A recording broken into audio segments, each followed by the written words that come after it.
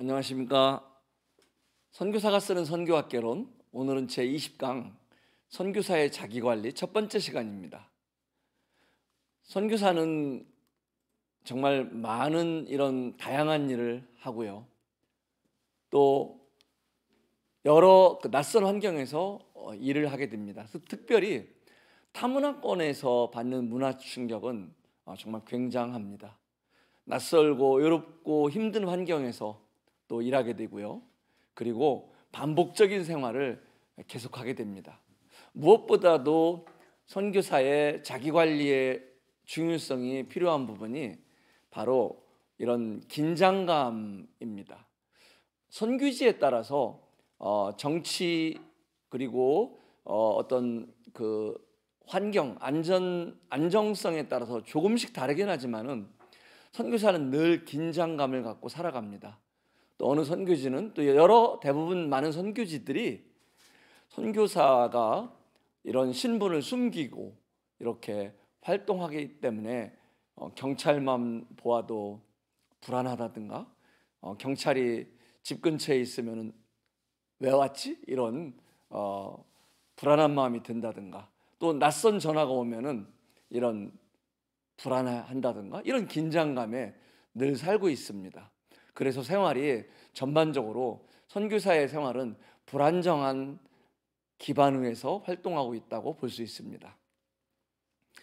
선교사는 그래서 자기 관리를 철저히 해야 됩니다. 자기 관리의 영역은 어떤 부분들이 있을까요?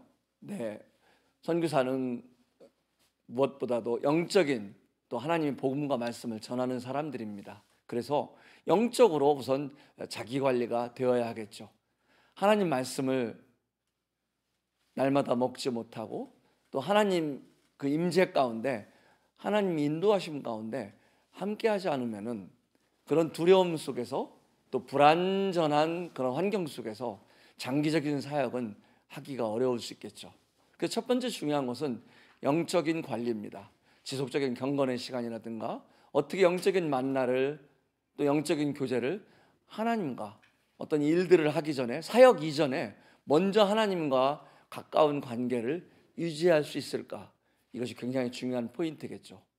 두 번째로는 가정의 영역입니다.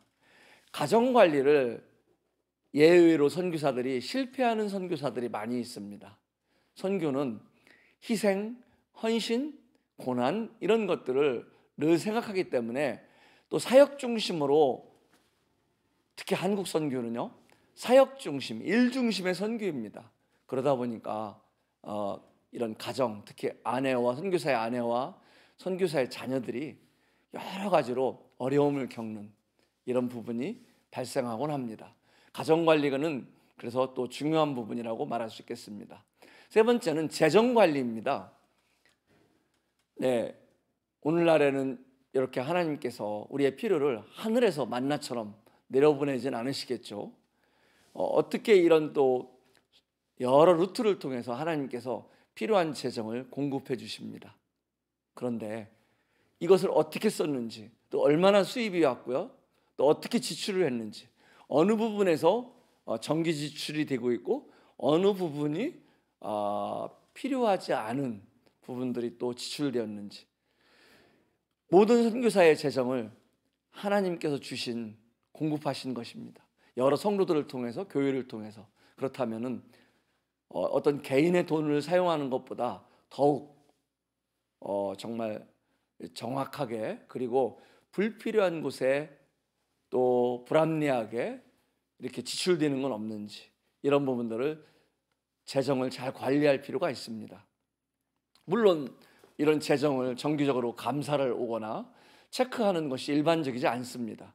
그러나 스스로 잘 이런 재정 관리를 하고, 또 보고서를 이렇게 작성해 놓고, 또 영수증 관리를 잘 해놓고, 특히 어떤 프로젝트에 대해서 선교사 개인의 생활비가 아닌 어떤 사역에 관련된 것, 프로젝트에 관련된 것, 이런 것들은 정확히 영수증 같은 거를 처리해 놓는 것이 필요합니다. 그래서 선교사가 이 돈의 시험에 들지 않을 수 있습니다. 또 하나의 영역은 건강관리입니다. 이 부분도 사실은 우리 한국 선교사들이 조금 가볍게 생각할 수 있는 부분입니다. 그래서 사실 많이 아파요. 그래서 60대 이전에 놀랍게도 많은 선교사들이 중도 이탈을 하고 고국으로 돌아오게 됩니다. 대부분 선교사 아내들에게 그런 건강에 이상이 생겨서 중간에 일찍 조기에 귀국하는 경우가 많이 있습니다. 건강관리도 역시 우리의 책임입니다. 하나님께서 우리의 모든 것을 책임져 주십니다. 그러나 우리 스스로도 이 건강을 잘 유지하고 관리해야 할 책임이 있습니다. 선교지에는 참 놀랍게도 대부분 선교지, 좀 이렇게 경제적으로 발달한 선교지를 제외하고는요, 정말 운동할 수 있는 환경들이 잘 갖추어 있지 않습니다. 특히 공해가 심하고요. 그리고 먹거리도 정말 부족하고, 이런 부분에서 또 난방도 되지 않죠.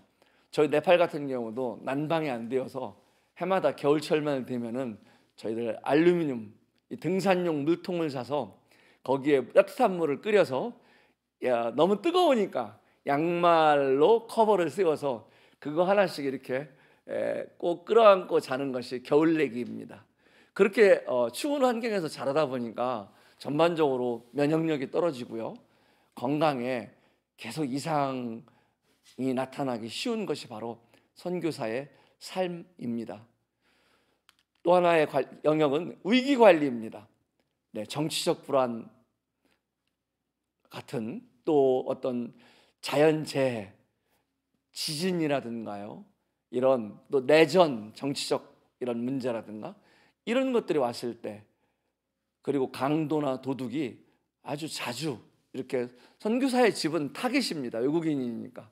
이런 부분에서 어떻게 위기 관리를 해야 할지, 이런 부분도 방범 대책이라든가, 그리고 경비, 그리고 이런 보안 대책, 또 어떻게 내전이 생기면은 공항까지 무사히 또 탈출할 수 있을지, 아니면 대사관에 어떻게 탈출할 수 있을지, 이런 계획도, 또 지진이 일어났을 때 어떻게 안전하게 대피할 수 있을지, 이런 부분도 위기관리 부분에 어떤 우리가 매뉴얼을 갖고 선교사가 준비하는 이런 관리 마인드가 필요합니다.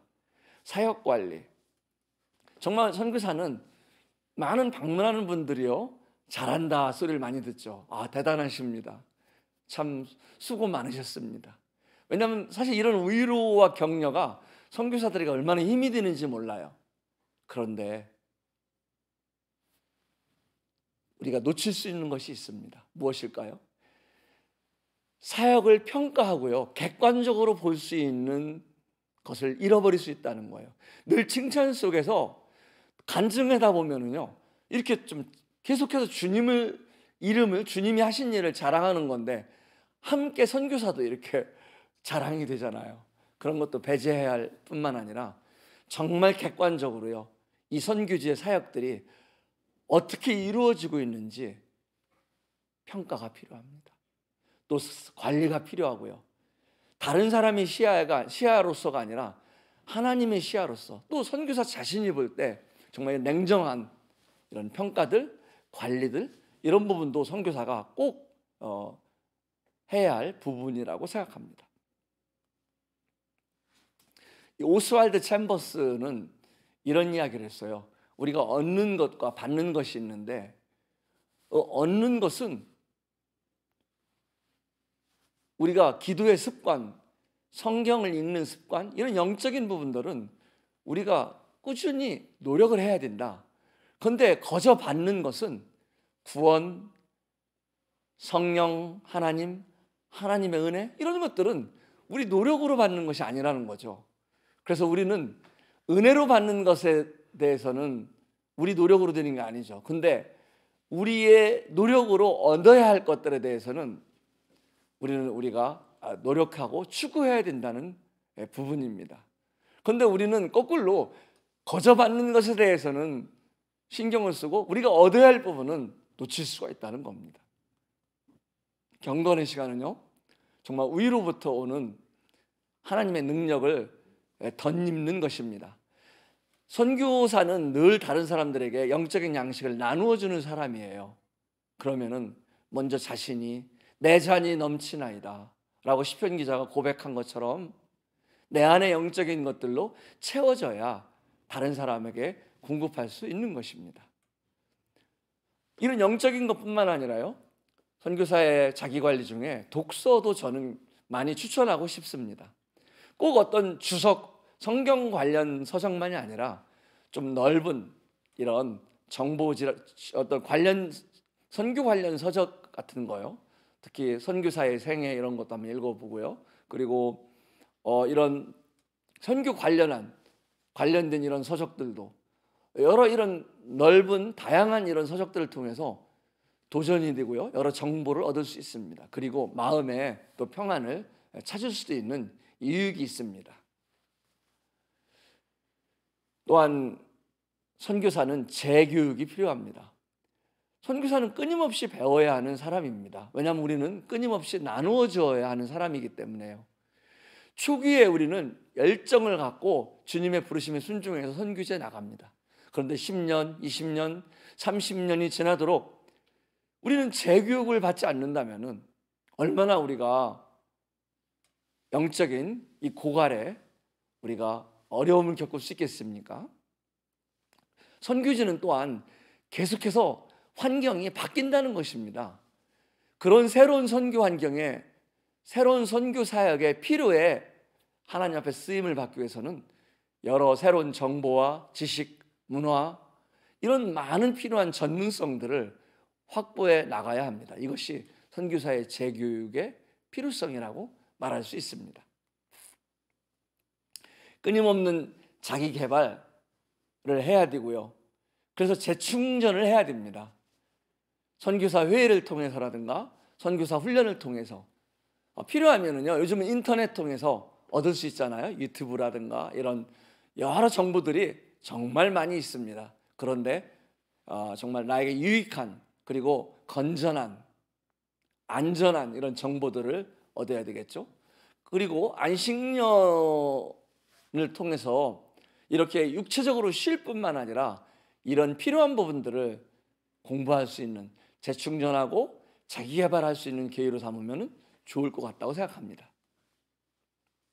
선교사의 가정관리는요, 가정은 늘 희생되어 있고요, 우선순위에서 밀리고 있습니다. 왜냐하면 한국 선교사들은 일중심이에요. 그래서 정말 이것은 저는 바람직하지 않다고 생각합니다. 정말 지금부터 새롭게 선교를 시작하는 세대들은요, 이제는 가족이 늘 희생되는 것이 당연한 것이 아니라 가정과 함께하는 선교, 이런 마인드의 변화가 필요합니다. 선교사의 아내는 어떻습니까? 선교사들은요, 남자 선교사는 늘 일 속에 지냅니다. 그러니까 일을 통해서요, 또 열매를 얻고요, 또 일의 추진 과정을 통해서 어떤 희락, 기쁨을 얻습니다. 그런데 여성들은 어떨까요? 아내된 선교사들은 늘상 똑같은 육아와 가정 똑같은 겁니다. 그것도 제3세계, 제3문화, 전혀 다른 문화에서 그런 가정생활을 하게 됩니다. 그러니까 정서적으로 더 취약한 상황에서 선교사의 아내들은 살게 됩니다. 그래서 선교사 아내들이 정말 이 특별한 사역을 맡지 않지만은 오히려 그런 부분들이 더 건강해 정서적으로 어려운 상황에 있다는 것을 우리는 기억해야 합니다. 근대 선교의 아버지 윌리엄 캐리, 그의 아내 도로시는 윌리엄 캐리가 성경 번역을 하고 있을 때 그녀는 다른 방에 정신질환으로 다른 방에 갇혀서 감금되어 있었습니다.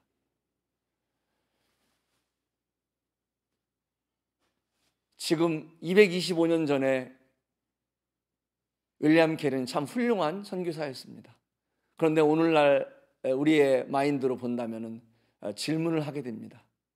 왜 일을 중단하지 않고 고국으로 돌아가서 아내를 고치지 않고 왜 그런 일을 계속 해야만 했을까? 우리는 정말 얻는 것을 자랑할 뿐만 아니라 잃어버리는 것들을 아파했으면 좋겠습니다.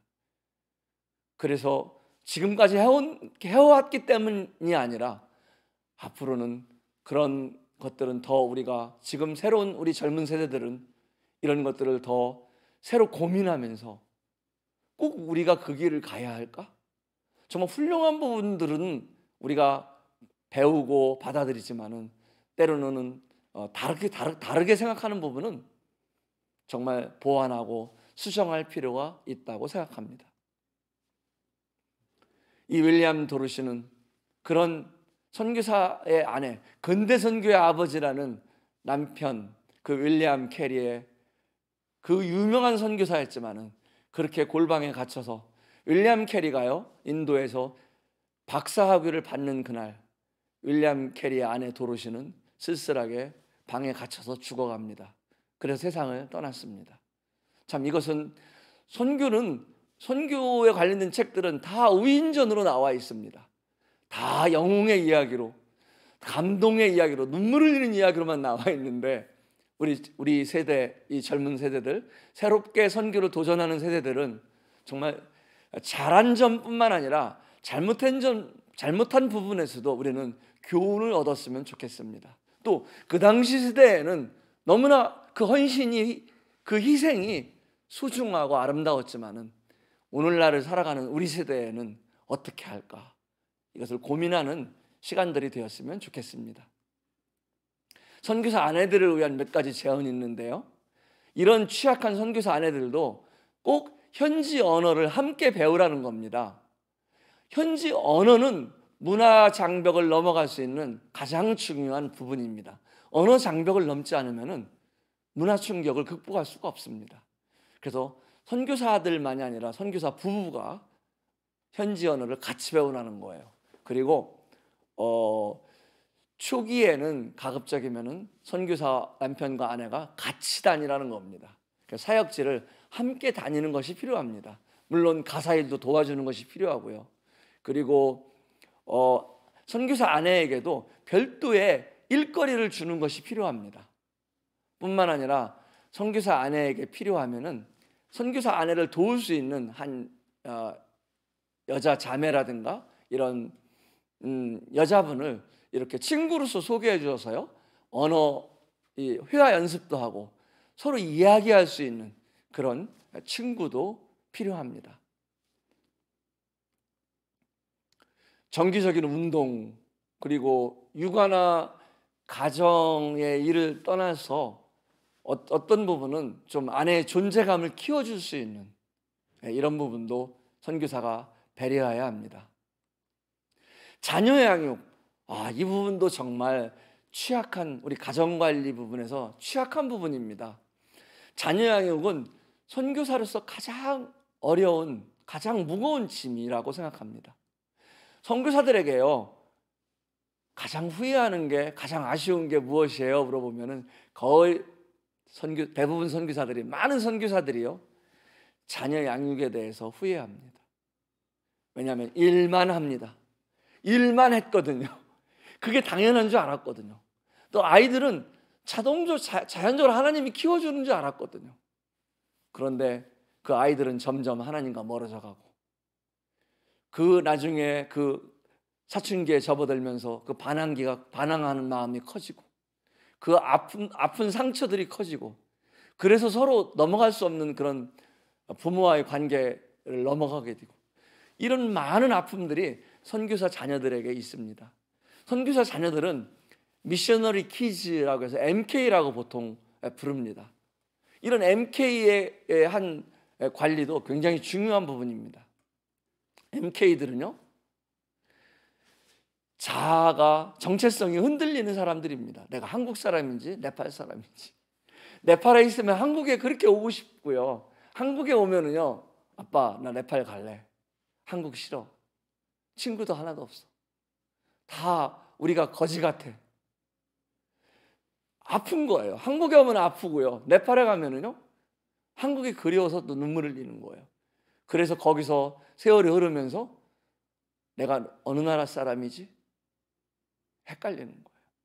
그리고 그들은 이중성을 갖고 있어요. 철저하게 이중성을 갖고 있습니다. 한국 사람으로서 적응해야 하는, 선교사의 자녀로서 간증을 보여야 하는, 또 현지에서도요 선교사 자녀이기 때문에 이렇게 좀 더 거룩한 것을 보여줘야 되고 좀 더 열심히 교회 생활하는 걸 보여줘야 되고 이런 부분들을 힘들어하기도 합니다. 또 그들은 문화 충격에서 사실은 예상외로 문화 충격은 빨리 적응합니다. 어른들보다. 그런데 이 MK들은요 이별에 대한 트라우마를 갖고 있어요.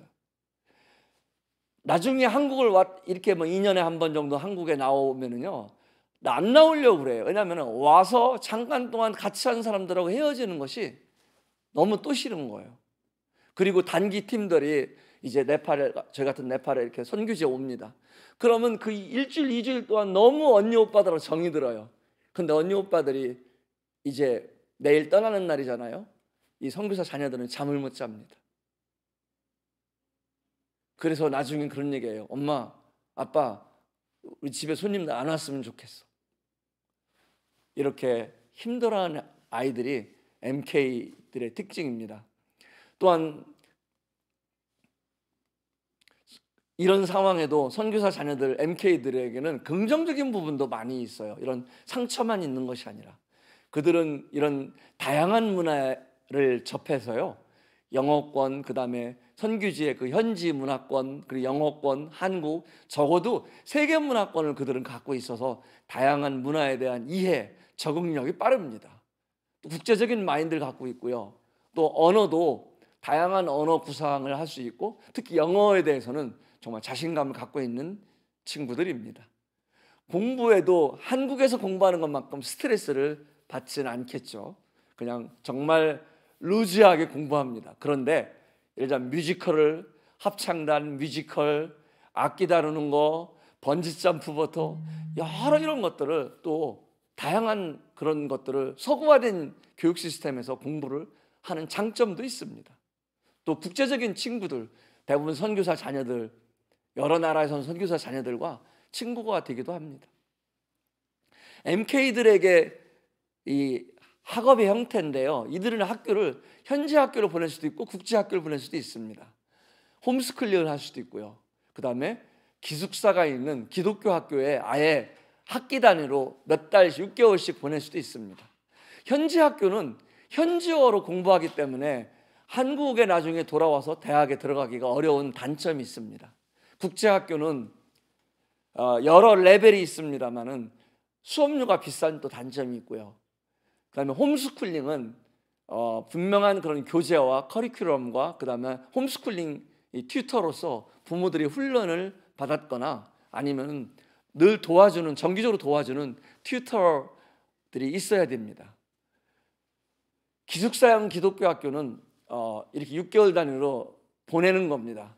그런데 정말 부모들이 또 선교지로 나가서 떨어졌는데 또 선교지에서 6개월 동안 또 이별을 해야 돼요. 그래서 서로 정말 많이 아파하게 됩니다. 그런데 아파한 만큼 빨리 성숙하는 장점도 있습니다. 이런 네 가지 형태의 학교 중에 하나를 선택해서 자녀들을 학교에 보내게 됩니다. 가정에서 자녀 교육도 중요한 사역입니다. 학교의 공교육뿐만 아니라요. 아이들의 이야기를 들어주고 기도해주고 위로해주고 격려해주는, 그래서 선교지에서 가정은 정말 모든 것을 다 털어놓을 수 있는 곳이 되어야 됩니다. 그리고 매일 모여서 기도하고 찬송하고 예배하는 또 영적인 교제의 장이어야 합니다. 그렇지 않으면요 아이들이 가정을 떠나면 선교지에서는 정말 나쁜 곳으로 가기가 쉽습니다. 그곳에는 한국 정도가 아니라 마약이 있고요, 무기가 있고요, 그런 곳으로 들어갈 수 있는 위험한 곳입니다. 그래서 가정은 이 사춘기 때 방황하는 자녀들이 정말 가정에서 해결할 수 있는, 특히 한국에서보다 선교지에 나가서는 이런 가정을 사춘기가 시작하기 전부터 부모들은 이런 가정을 만들어 가야 됩니다. 이런 관리, 여러 자기 관리가 중요한 선교 사역을 또 성패를 좌우합니다. 사역만 중요시 여기지 말고요, 이런 자기 관리를 잘하는 선교사들 또 그런 것들을 준비해서 선교지에 나갔으면 좋겠습니다. 감사합니다.